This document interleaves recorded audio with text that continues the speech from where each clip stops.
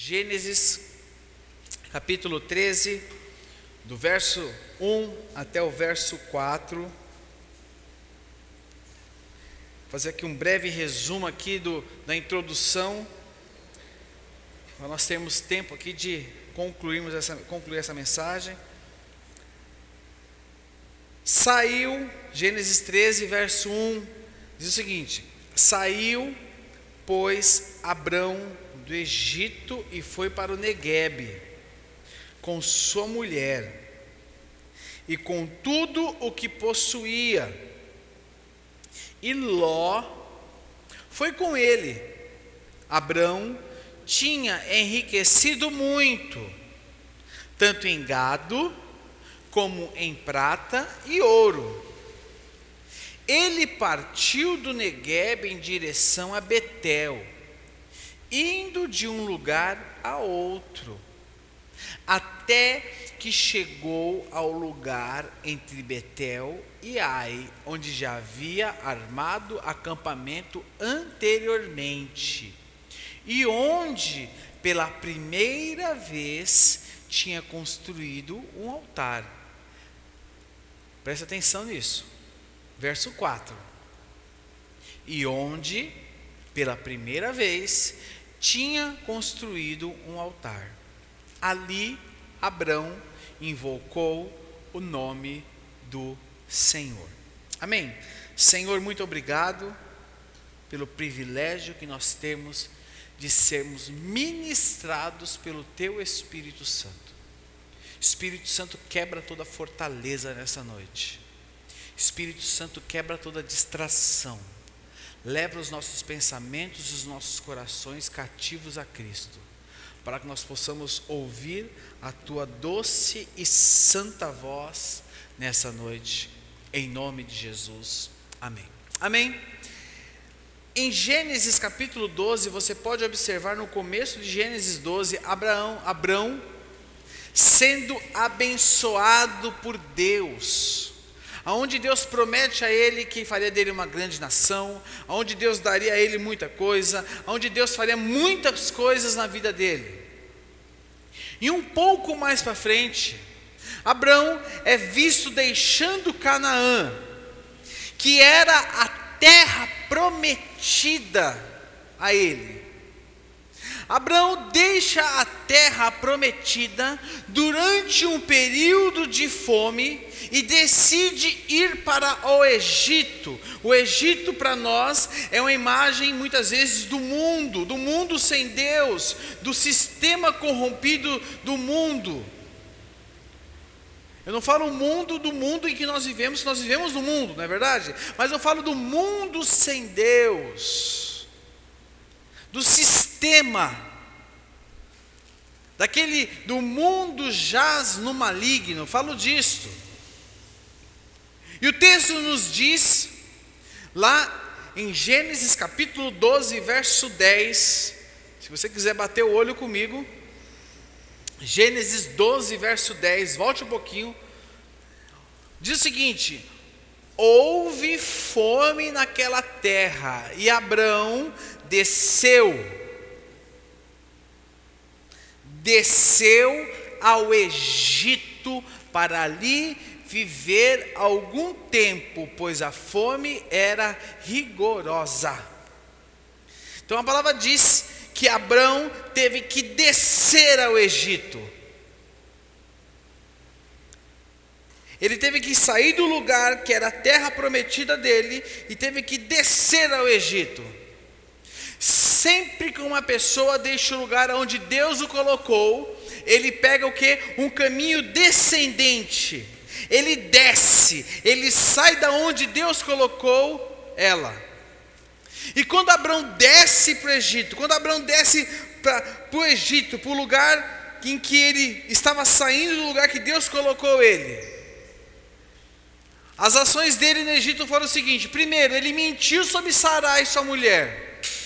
Segundo, ele encorajou Sarai a fazer a mesma coisa, a pecar, a mentir. Ele tornou-se o que? Autocentrado. Gênesis 12, 14. Ele criou o potencial para outros caírem em pecado. Gênesis 12, 14 e 15. Ele deixou o pior, ele deixou o Egito pior do que encontrou. Porque você vai ver lá em Gênesis 12, 17 o que aconteceu lá no Egito. Ele arruinou o seu testemunho diante dos egípcios. Gênesis 12, 19 e 20. Você pode marcar isso aí. Resumindo, aquela descida de Abrão para o Egito foi um desastre. Um desastre. Mas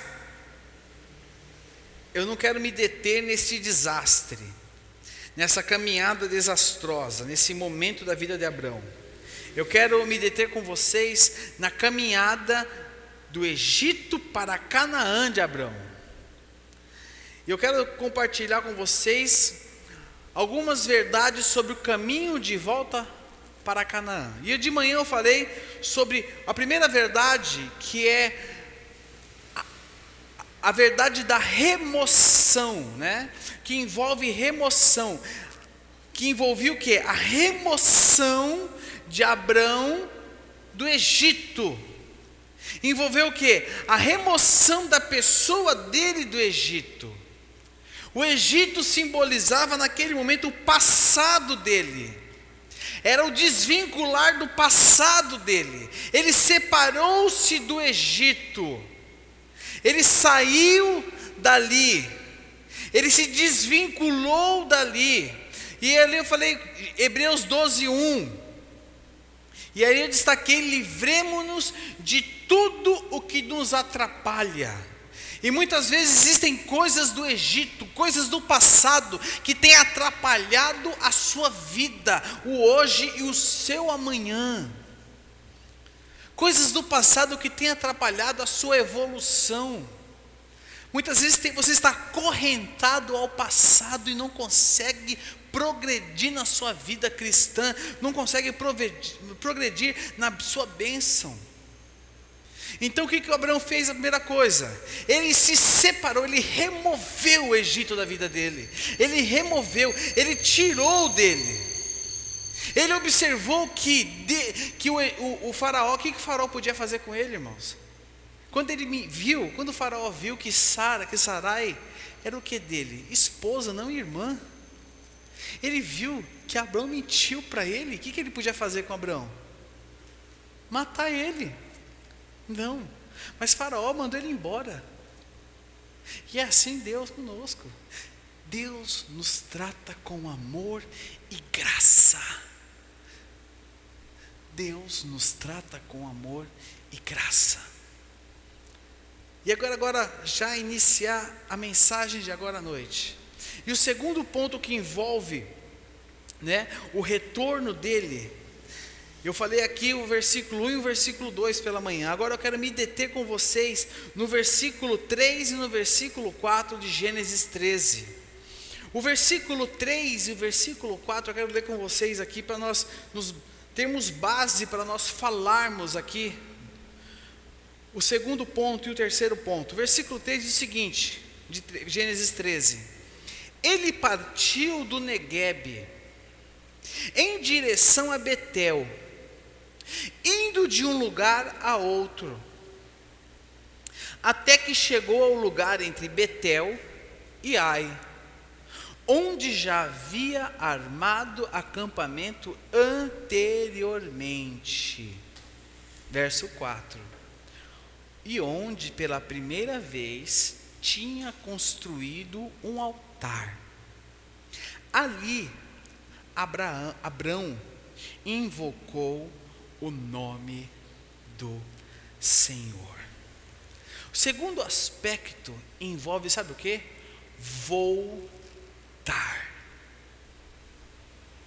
Voltar para o lugar de adoração a Deus. Abrão deixou o Egito e pegou o lugar de volta para Betel, que era a casa de Deus. Versículo 4, é o lugar do altar. Quando ele estava no Egito, ali não havia lugar de altares, não houve oração, ali não havia adoração, ali não havia a palavra do Senhor.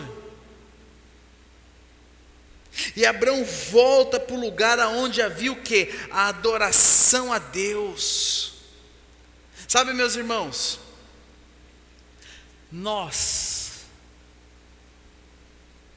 nunca estaremos realizados se nós nunca não estivermos no local de adoração a Deus. Eu fico muitas vezes perplexo. Eu até comentei isso ontem aqui no nosso encontro de jovens.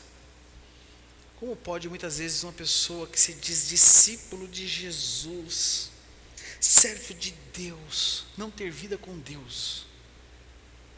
Como consegue não ter vida com Deus? Não consegue ter vida com o Pai, não consegue estar ligado à videira, não consegue buscar a face, vive da comida dos outros, vive de devocional dos outros, não consegue ter vida, não consegue ter vida no secreto, não consegue ter vida no quarto, não consegue ter joelho no chão, não consegue olhar para o céu, não consegue falar com o Pai, não consegue estar diante do Senhor.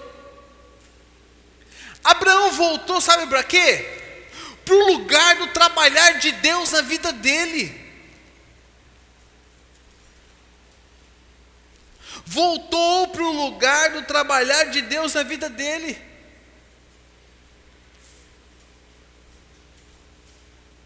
Para o lugar onde Deus havia falado com ele, era o lugar do trabalhar de Deus na vida dele.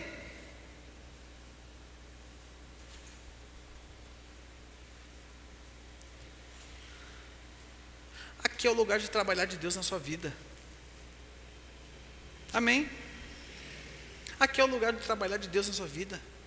Aqui é onde Deus fala com você.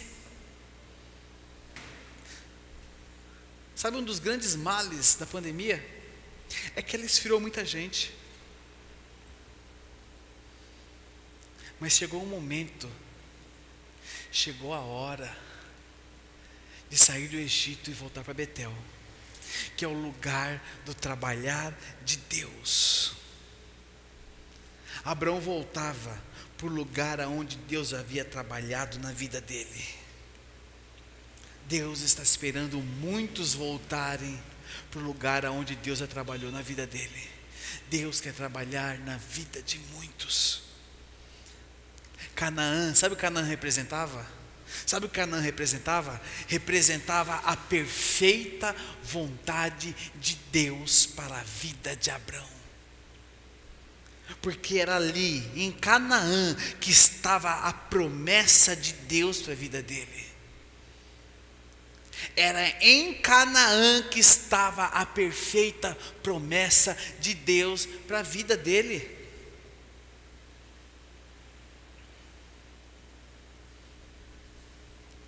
Deus quer te abençoar em Canaã, meu irmão. Deus quer te abençoar. Terceiro lugar, aquele caminho de volta do Egito para Canaã, sabe o que envolve? Envolve renovação. Envolve renovação. Sabe o que Abraão renovou? Abraão renovou a sua devoção a Deus.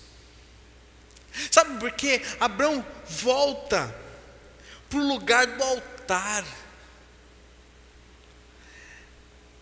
A gente observa aqui no versículo 4, logo no finalzinho, aqui no versículo 4, cadê o versículo? Aqui, ó. E onde, olha só o que diz. E onde, olha só o que diz. É um detalhe muito interessante. E onde pela primeira vez tinha construído um altar, ali Abraão invocou o nome do Senhor. Amém? Se você for ler lá o capítulo 12, fala a mesma coisa. Aonde Abrão tinha construído um altar, Abrão volta para o mesmo lugar. Ele renova o que? A sua devoção diante do Senhor. Sabe, meu irmão, tem muita gente fria, muita gente gelada, tem muito iceberg diante de Deus que precisa renovar a sua devoção diante de Deus. Precisa renovar sua devoção diante do Senhor. Como está a sua vida com Deus? Pergunta, não precisa me responder, mas responda para você agora, aí no seu lugar. Como, 0 a 10, melhor. Se você fosse avaliar agora a sua vida com Deus, você vai fazer uma avaliação da sua vida com Deus aqui na sua casa. Que nota você daria para a sua vida com Deus hoje, agora, neste exato momento, de 0 a 10? Sendo que 0 é totalmente inaceitável. 5, você precisa pensar, repensar a sua vida. E 8 é aceitável. Que nota você dá? Pense nisso. Sabe, irmãos, nós precisamos todos os dias avaliar e reavaliar a nossa vida com Deus. E eu tenho 2 textos aqui que eu quero pensar em cima dele com vocês. Hebreus capítulo 10, verso 25. Abra comigo. Hebreus capítulo 10, verso 25.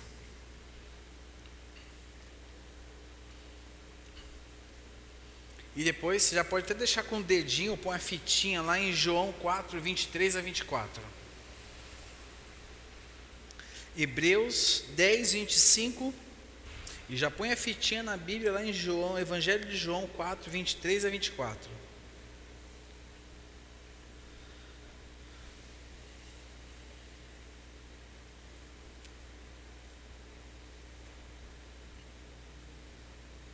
Hebreus 10, 25 diz o seguinte: olha o que o escritor aos Hebreus nos diz.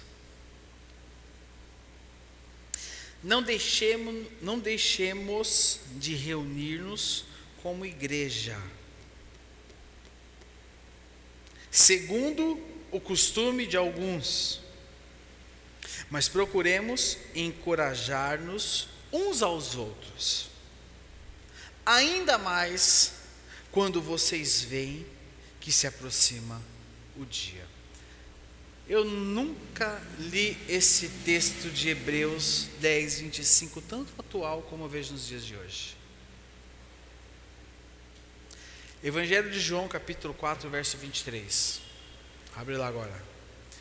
João 4, verso 23.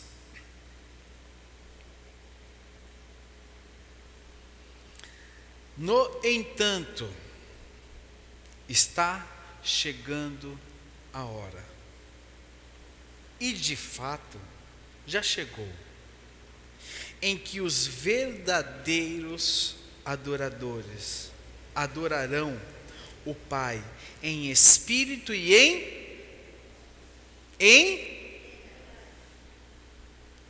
são estes os adoradores que o Pai procura. Deus é espírito, e é necessário que os seus adoradores o adorem em espírito e em verdade.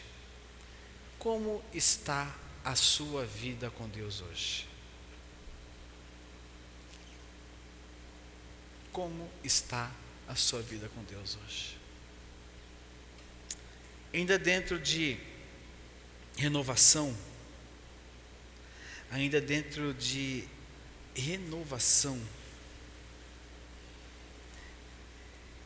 uma coisa que me chama a atenção é que Abraão, ele estava no lugar da promessa de Deus, ele tinha ouvido a Deus. Presta atenção, irmãos, vamos pintar um quadro aqui, ó. Presta atenção no que vamos pintar um quadro aqui. Juninho podia, né, Juninho? Agora você podia pintar uma tela aqui para nós, hein, Juninho? Você tem a tela aí? Tá vendo? Você tem que andar sempre com uma tela na bolsa, os pincéis e as tintas, né? Você vai pintar agora aqui para mim. Vamos pintar uma tela aqui, Juninho. Olha só. Abraão estava no local que Deus havia falado. Irmãos, imagina só. Deus falou com você em clara e audível voz. Deus falou com você, irmão. Sou Silvana, eis que te digo. Sou Silvana. Imagina só, Kate. Deus falou com você, Kate. Tá lá. Falou com você. Vamos até ver o que falou aqui, ó. Gênesis 12, ó. Tá aqui, ó. Gênesis 12, tá aqui, ó. Então disse, Gênesis 12, 1. Então disse Abrão: saia da sua terra, do meio dos seus parentes e da casa de seu pai, vai para a terra que eu te mostrarei. Farei de você um grande povo e o abençoarei, tornarei o seu nome famoso e você será uma bênção. Abençoarei os que te abençoarem e amaldiçoarei os que te amaldiçoarem, e por meio de você todos os povos da terra serão o quê? E aí a palavra fala no verso 4: partiu Abrão como lhe ordenara o Senhor, e Ló foi com ele. Abrão tinha 75 anos quando saiu de Harã. Aí fala: levou sua mulher Sarai e seu sobrinho Ló, todos os seus bens que havia acumulado, e os seus servos comprados em Harã, tal. E o Senhor apareceu a Abraão, ó. Abraão atravessou a terra até o lugar do carvalho de Moré, e em Siquém, naquela época, os cananeus habitavam na terra. Verso 7: o Senhor apareceu a Abraão e disse. Presta atenção, irmãos. Quem apareceu para Abraão? Fala aí, irmão, não ouvi. Então na sua Bíblia está escrito isso também? Não é só na minha, não? O Senhor apareceu a Abraão e disse: a sua descendência darei esta terra. Abraão construiu ali um altar dedicado ao Senhor que lhe havia aparecido. E aí dali prosseguiu em direção às colinas a leste de Betel, onde armou o acampamento dentro de Betel oeste, aí a leste, e construiu ali um altar dedicado ao Senhor. E ali que nós lemos lá no 13. Presta atenção, Deus apareceu, Deus falou com ele, Deus prometeu para ele. E o que acontece logo em seguida, a partir do verso 10? Houve o que ali? Fome, crise. O que ele faz? Ele sai da terra. Ele sai da terra. Irmãos, preste atenção no que eu vou te falar. O Deus que te prometeu, o Deus que te prometeu, Ele vai te suprir. Você não precisa voltar para o Egito, você não precisa olhar para trás, você não precisa querer voltar para os planos antigos, você não precisa querer voltar a fazer o que você fazia antes, você não precisa querer, eu vou ter que ressuscitar. Não, você não precisa voltar a querer fazer nada, porque o Deus que te prometeu, que vai te prosperar aonde você está, Ele vai te suprir, porque Ele promete e Ele cumpre a palavra dEle. Amém, irmão? Ele vai cumprir a palavra dEle. Ele vai cumprir a palavra dEle, porque Ele é Deus. E Abraão estava na terra que Deus apareceu para ele. Veio a fome, veio a crise. O que ele fez? Vou para o Egito. Chegou no Egito, mentiu, fez a mulher dele mentir, fez o povo dele mentir, deu mau testemunho, fez um monte de barbaridade, depois voltou. Confie, confie, confie. dependa. Está difícil? Confie. Está em crise? Confie. Irmãos, nós passamos por uma das maiores crises. Não passei sozinho, vocês passam comigo. Nós passamos por uma das maiores crises modernas da humanidade. E nós estamos aqui. É ou não é? É ou não é? Estamos aqui. Por quê? Porque o Senhor nos sustentou e nos trouxe até aqui. Foi difícil? Foi difícil. Doeu? Doeu. Sacrificamos algumas coisas? Sacrificamos muitas coisas. Mas nós estamos aqui. E eu sei que a glória da segunda casa será maior do que a primeira. Eu sei disso. E eu sei que aquele que prometeu é fiel. Eu sei que aquele que cuida de mim vai cuidar de mim até os últimos dias da minha vida. Eu só sei disso, meu irmão. Eu só sei disso. Eu só sei disso. Nós precisamos permanecer confiando. Permanecer confiando. Repita assim comigo: eu vou permanecer confiando. Amém? Ah, meu irmão, nós precisamos de um avivamento. Nós precisamos de um avivamento no nosso coração. Precisamos de um avivamento. Precisamos de um avivamento. Precisamos acordar. Precisamos acordar. Precisamos renovar a nossa dedicação a Deus. Precisamos, lá de Apocalipse 2, verso 4. 2, verso 4. Contra você, porém, tenho isso: você abandonou o seu primeiro amor. Você lembra quando você se converteu? Irmãos, quando eu me converti, eu lembro que a Bíblia, eu tinha uma Bíblia, irmão, que a letra era minúscula. Era minúscula. Eu tinha que ler com a lupa até, eu lembro que eu tinha, mas eu lia. Eu comecei até a usar óculos depois disso. Mas eu estava lá firme e forte. Não estava nem aí. Fazia umas loucuras. Lembra, Fabiana? Fabiana lembra. Você lembra ou não lembra? Ela era mais louca que eu. Ela era mais louca que eu. Mas nós precisamos voltar, irmãos. Como eu falei ontem, eu vou falar aqui para encerrar. A pessoal da banda pode subir aqui.